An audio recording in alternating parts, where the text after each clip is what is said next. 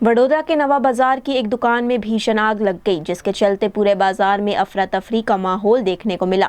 इस इलाके में ज्यादातर कपड़े और पर्दे, चादर इत्यादि की दुकानें हैं। ऐसे में जल्द से जल्द आग को बुझाने की मशक्कत की गई।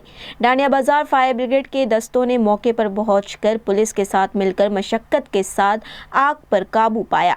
घर के सामान की दुकान में लगी ये आग किस वजह से लगी उसका पता नहीं चला, लेकिन अच्छी बात ये रही कि दुर्घटना में कोई हताहत नहीं हुआ है।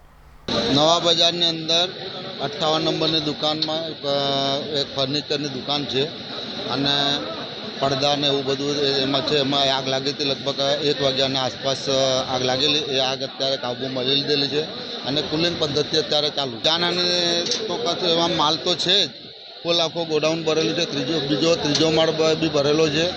હવે કેટલો નુકસાન થયું અમને જાણવા મળે। 2 માળ સુધી આગ પહોંચી ગઈ હતી અને કાબૂમાં લઈ લીધી। આજુની બાજુની દુકાનને બંને બચી ગઈ છે, અમને કોઈ જાનહાની છે। હવે આગ લાગવાનું કારણ હજુ જાણવા મળેલ નથી, એ હવે તપાસનો વિષય છે।